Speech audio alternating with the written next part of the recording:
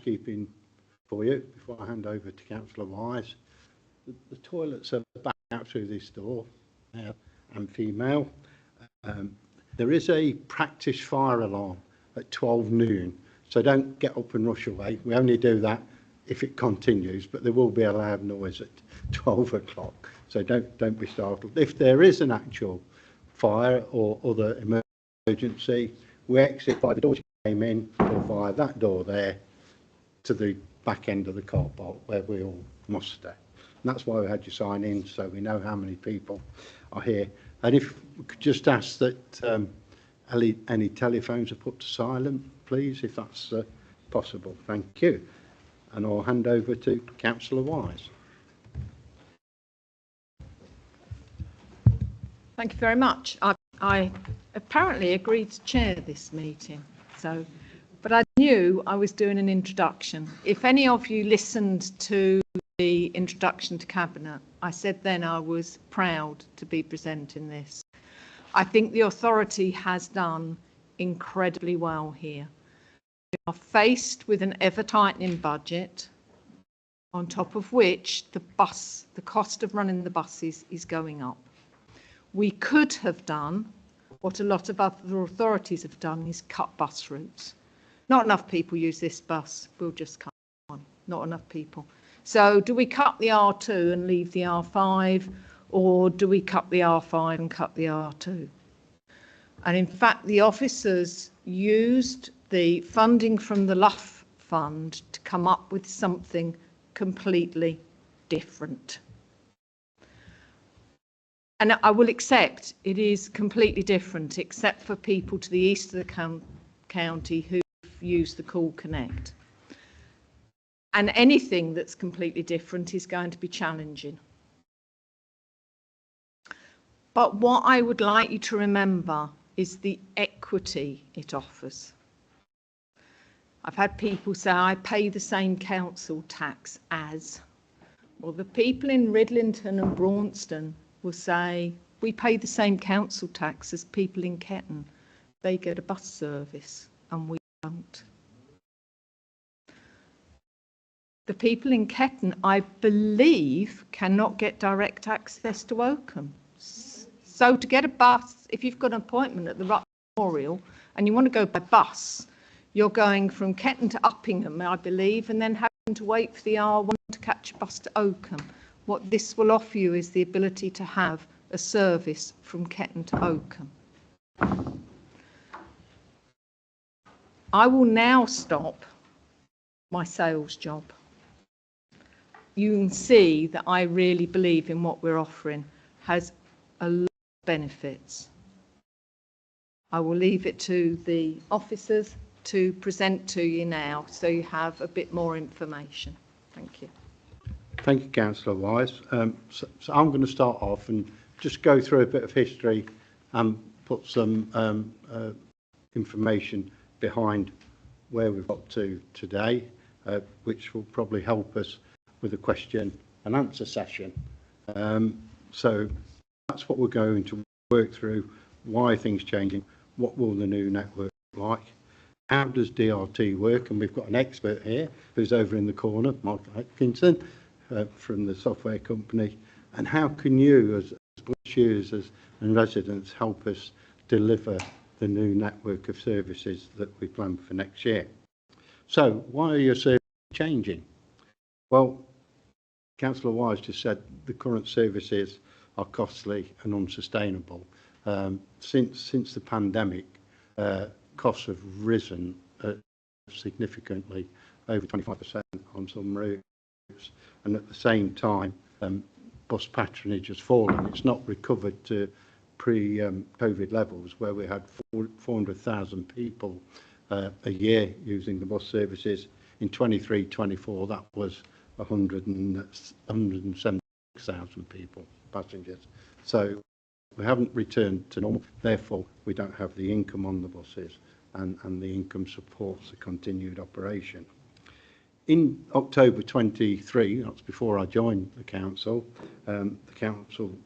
received a report, and the recommendation there was to move to a fully demand responsive service across the county and remove all fixed line services. The council approached me and said, can you join us and can you have a look at what we proposed and make sure that it will be fit for purpose? So I've had a look at that, and that's why we've come up with some revised proposals which council have agreed on in November.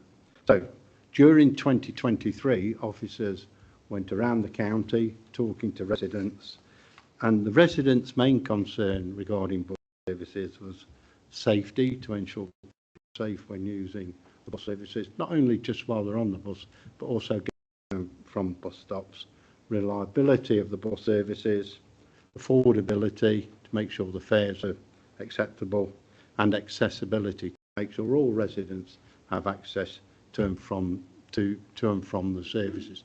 And that's good in that we're now got a fully compliant network of buses that will have access for everybody to use them. So the aim is now to provide an efficient and effective network taking people to key destinations using brand new modern vehicles. And we've got a new electric vehicle out there which has been funded by the Levelling Up Fund. That bus has cost, would you believe, £230,000, which is quite a large amount. But if you'd like to, after the meeting, have a look round it and see how the new buses will look like, please do so. So Cabinet reviewed the proposals that were presented in 2023 and came up with a revised plan for in November 24. So the new network will now consist of a number of fixed routes and a county-wide, it's called DDRT, which is dynamic demand responsive transport, and I'm sure Michael will explain what that means. But what it means is it's bookable at any time, any place, sort of thing. Okay, and that will be launched in 2 phases. We will have phase 1 in the north of the county starting in March next year, which will replace the R2.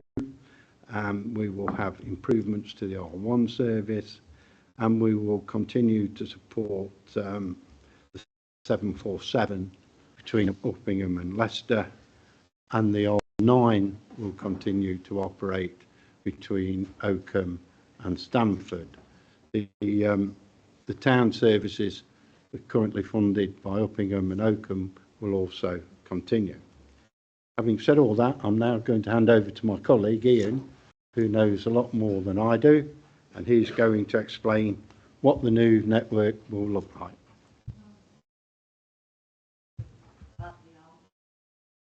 No.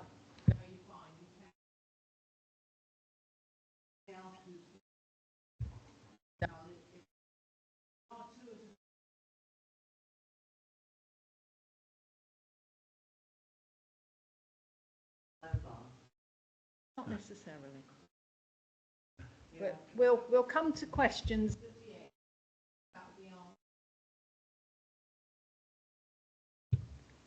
Okay, thanks Mark for the introduction. So my name's Ian Comberlack and I'm the Interim Transport Operations Manager working alongside Mark on the DRT project.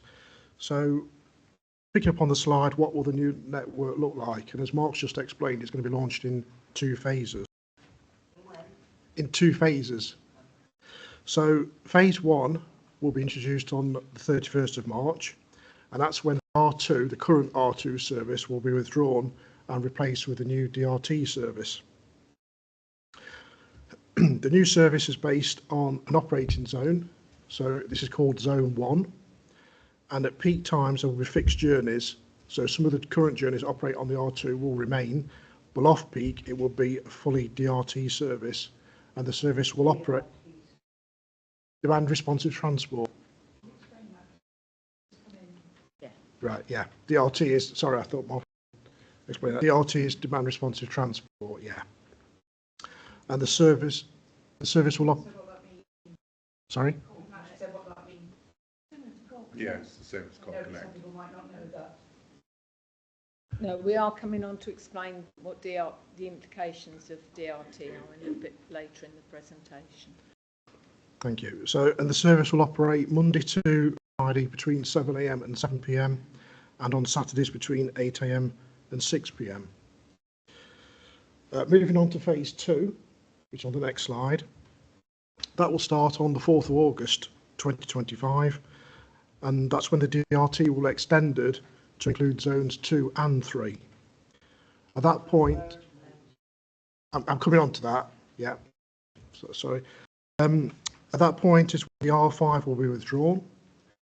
As similar with the service operates in zone 1, it will operate between 7 a.m. and 7 p.m. Monday to Friday, and between 8 a.m. and 6 p.m. on Saturdays. And at certain times of the day, in the early morning and late afternoon, the vehicles will be used to provide some school journeys. So move on to the next slide, which shows the 3 zones. So the map on the screen now shows the new county-wide DRT network. It shows 3 separate zones, but what you'll see is there is an overlap between zones 1 and 2 and zones 2 and 3.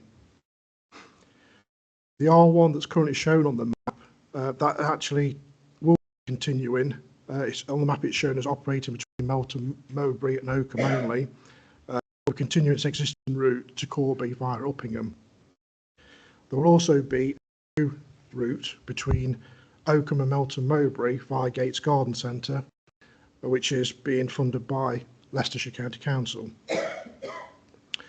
The area in the middle, so the area between Ashwell and, I should say, Stamford, the different shade of green, that's basically where will be an overlap between zones 1 and 2.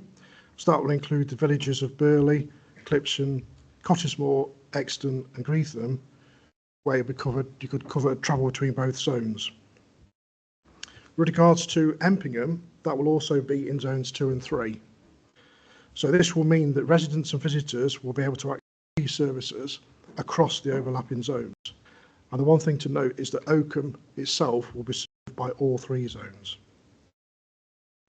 So moving on to the next slide, this is zone 1. So as I said, this is phase 1 that will be introduced on Monday the 31st of March. And the villages that I've just mentioned, Burley, Clipson, Cottesmore, Exton and Greetham, will be covered by zones 1 and 2. And then the next slide is phase 2 of the project.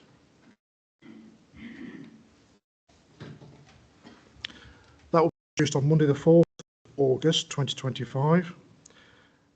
So zone 2, and the point to note there is Empingham will be covered by zones 2 and zones 3. And then the final map on the presentation is zone 3, which is also part of the phase 2 project starting in August.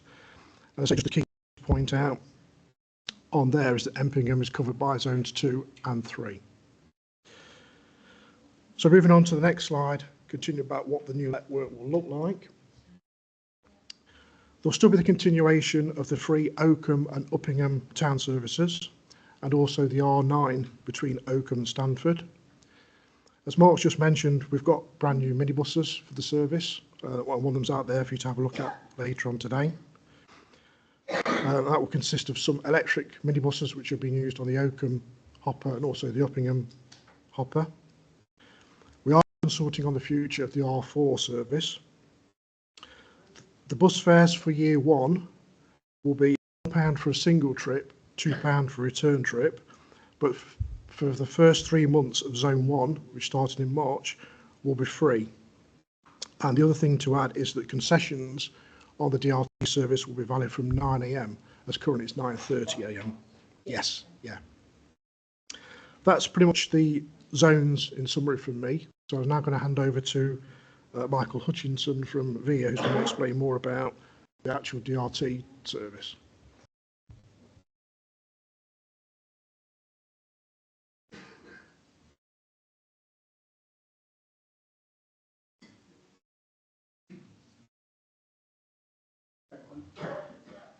Oh, brilliant. Thank you. Very happy to be here to be discussing DRT, demand response transit, and sort of what this means for the next wave for you guys.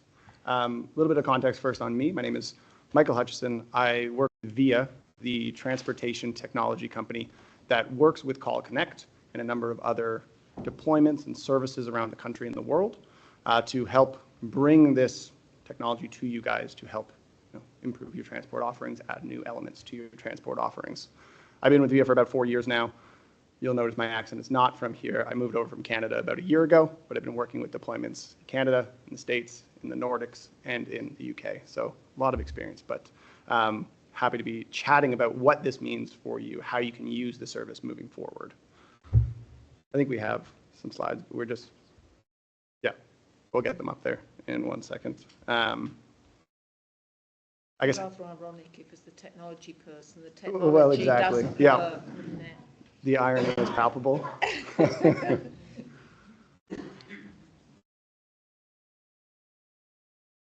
I guess maybe in the interim, how many of you folks are familiar with Call Connect already? Maybe how many have used Call Connect in some capacity? Okay, so it's mattering. And I guess maybe how many are unfamiliar with DRT as we've been calling it so far? All right, okay. So this is helpful then, the information that we have once we get it up there to sort of walk you guys through what demand response transport is all about. While I wax poetic, while we wait for these slides to go up, I can talk a little bit about the other areas we work in the country, as you know, they might be familiar to you, be it services or friends or neighbors or family who live in those avenues. I know nearby we are working with Knott's. We have Knott's Bus as a DRT service that runs over there. A little bit more to the north, we have Tees Flex in Teesside Valley, covering a number of avenues up there. Ring and Ride in the Birmingham area with Transport for West Midlands. And then ultimately, some of our biggest ones are, we work now with London for Transport for London to deliver their dial-a-ride services. So, it covers a wide variety of different use cases, but I want to sort of help emphasize through this presentation here today that it is by no means a mobile-only experience. It is very much an experience that you should feel empowered to access, whether or not you have a smartphone. And I think we have a couple of examples of those cases where folks who have never used the app still maintain a great access to the service, or they're sort of a new resource. Exactly. And we don't think you need to change that to access these transport services. Okay. Yeah. So we can start, I suppose, with the video. Yeah.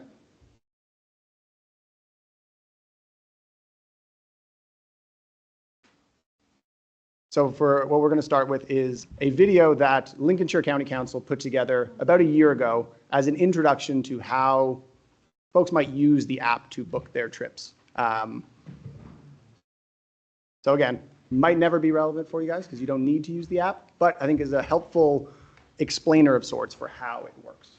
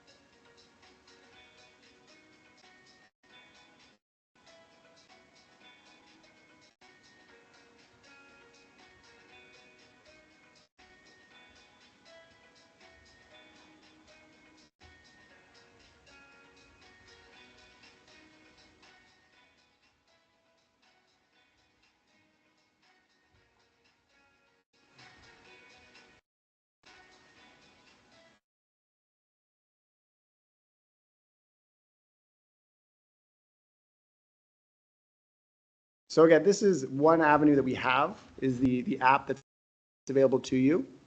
Again, whether or not you ever choose to use it is up to you, but that is one element and sort of shows the nature of the booking process. I think, I know we won't maybe have access to the Zoom folks, but if I can plug in, I don't want to see the slides. It won't work? Okay. I think we need to describe it to them. Right. Yeah. Yeah, we can do that. Okay, so I will, without visual aids, I will aim to get those points across to you. So we will share along, I think, those materials afterwards. They'll be made available to you. But so walking back first to what is demand response transit?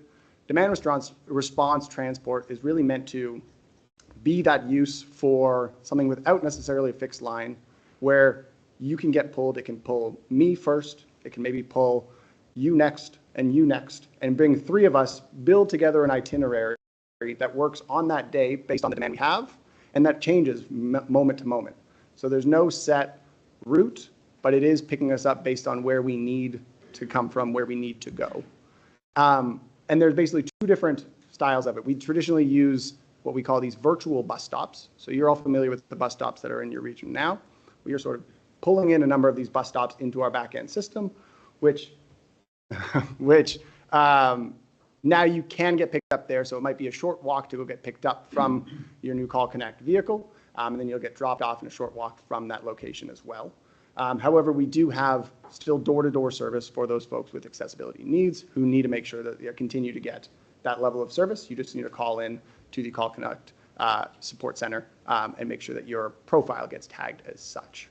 And again, demand response transport fits sort of along the bounds between a fixed line taxi and, a sort of straightforward taxi that we're familiar with, or a private vehicle, or a fixed route bus, a train, something with set timetables, because it allows the rider to have a little bit more autonomy as to what they want to do, where they want to go, outside the domains and the fixed schedules that exist.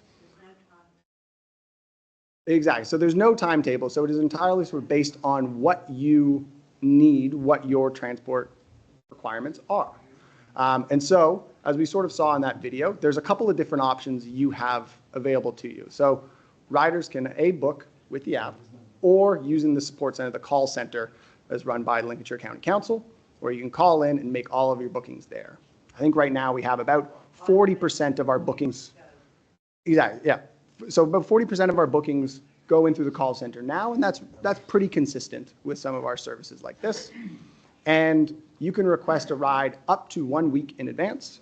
So you can be looking up for maybe early next week, you want to go to the shops, you want to visit your sister, you want to visit your family, whatever it might be. You can put in that request 1 week in advance. And what the system does is say, okay, I want to go from A to B at about 11 a.m. You put in that request. Hey, we're in. All right. We'll hold that thought. We'll get to it. I think the visuals will truly help. So we can bounce forward here. Yeah, so what we're aiming to tackle today in this meandering path is what is DRT, demand response transport, a little bit more about VIA, which we sort of covered already, so we can probably breeze through that. And then how do you use Call Connect? How can you make use of it in your day-to-day life? Excellent. Okay, so demand response transport is technology that captures trip requests and passengers and shares them in real time. So again, as we said, it's bulking some of you together to make sure that your trips work from a transport perspective, but also get you where you need to go from A to B along your desired paths. So that's very simplistic. The next slide, again, showcases a little bit of that divide between fixed route bus train and private vehicle taxi, between sort of what is fixed, what is flexible, what is private, what is shared. DRT sits in the middle of all that. It gives, again, you guys a little bit more power to control your requests and where you need to go, but at the same time still exists in an ecosystem where you might be sharing your rides with your neighbors, with some folks from around the community, going to similar locations. We'll come back to questions in a minute if we go through the presentation. Exactly. So again, this is sort of a visualization, not in our region, but of what DRT looks like when we change over a system that is more used to fixed line like we're seeing here today. So again, that might be your fixed route network with some coverage, but then as well, we see some avenues of the community which are not as covered. When we shift over to these virtual stops, you can see we're able to pepper that in a lot more. Maybe it's closer to your home. Maybe it's closer to the areas you want to go. And those virtual stops can help attain that that journey that maybe was inaccessible or was a little bit more difficult beforehand. And again, based on when you want to make that trip. Fast forward again. And so this is what it looks like. This is sort of the secret sauce behind VIA, behind demand response transport, is the way that we work these routes to pick us up in a way that makes sense. So again, I might have a request to get picked up from my home at about 10 o'clock. Someone else might have a pickup for 10:15. And so it's bringing all those together, and then it knows to route the driver to pick me up first, to pick up the next rider. Maybe that next rider gets dropped off first because my journey was a little bit further away anyway. And so I'm on the vehicle while they pick up, drop off, and then I go to my destination. And so every time your route may look a little different. But then as well, I think it's also important to highlight, as I said earlier, that for those folks with accessibility needs, you're not necessarily walking to those virtual stops. We want to still pick you up at your door, drop you off where you need to be. And so that remains consistent with Call Connect moving forward. No more bus stops. Virtual bus stops, yeah. We can likely breeze through this next section on VIA. But yes, I think what's important to highlight is that, why VIA is, invested in this across the UK is because we see this new sort of way that transport authorities are thinking about all their different systems, be it dial-a-ride, homes to school, adult social care, or just demand response transport in general, and helping to bring those services together, which is sort of what we do across the country a good amount. We can jump through. So again, yeah, we can jump through this one. So we do cover a good amount of the world and in the UK. So this is, again, I think we don't find it surprising that you guys maybe aren't familiar with demand response transport just yet, as it is still relatively new. But I think more and more you're going to see that your neighbors, your friends across the country, around the world are using this system to get them where they need to be, and will become more and more familiar to you. Yeah, we can jump to here, sort of where we work. This one as well, we have sort of at the end of your trip, you get a chance to, in the app, rate your ride. And so some folks leave some comments, and we get some really positive comments over the years from riders in the UK. But again, I think this is something that can be made available afterwards. You guys can peruse through. I want to get to sort of the meat of how do you use Call Connect, because I think that is the most pertinent element here. So again, what are our two options? Our two options really are the mobile app or using the call center, like you might expect to in sort of a system like this. And both of those options are available to you no matter what. And I think just one quick anecdote on the mobile app in general. We work with Transport for London's dial-a-ride system, long-standing system that you guys might be familiar with. They've never had a mobile app. We launched with them last November. Didn't expect many of their ridership to pick up the mobile app. And yet now after 1 year, we see 20 to 25% of folks are using it because maybe it gives them a little bit more knowledge of their vehicle. They feel like they can trust the system, so they want to know what's going on. And so that's what I put out there is, you might rule it out and you say, well, we'll never use the mobile app, and that's okay.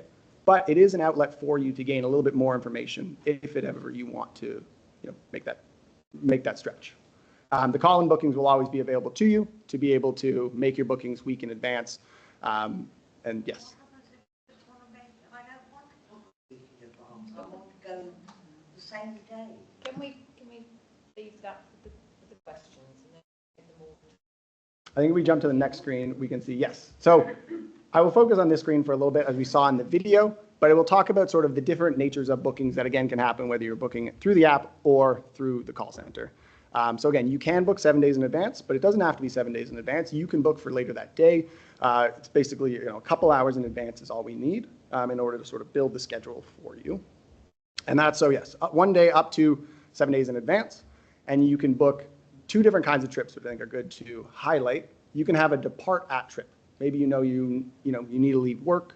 You need to leave an appointment that ends maybe at 3 o'clock. So you want to say, I want to depart at any time after 3 o'clock. It's no use to me to leave at 2:30. I'm in the middle of my appointment. So that's your depart at trip.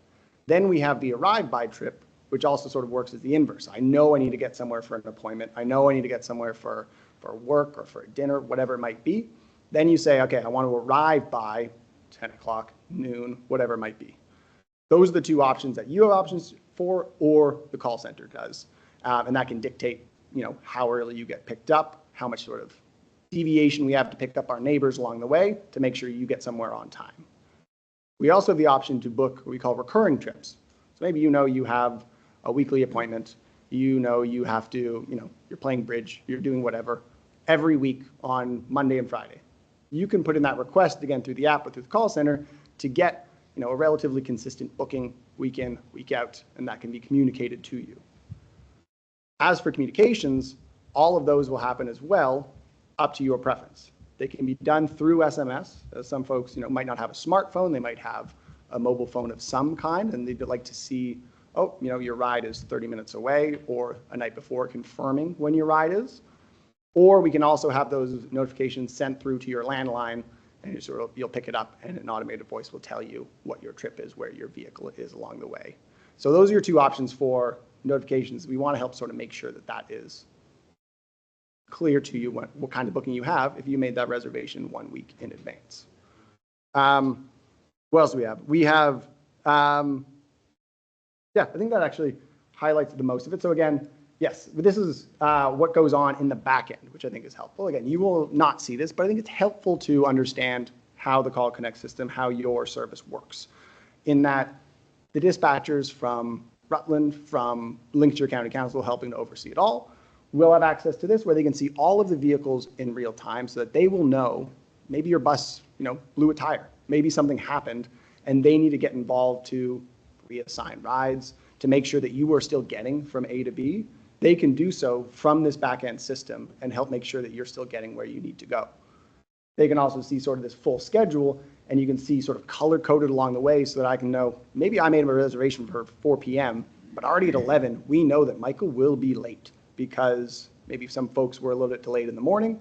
Then again, the dispatch team can sort of weigh in on that and make decisions to potentially move me from one bus to another, keep all the same details from my reservation, but make sure that I can now get there on time.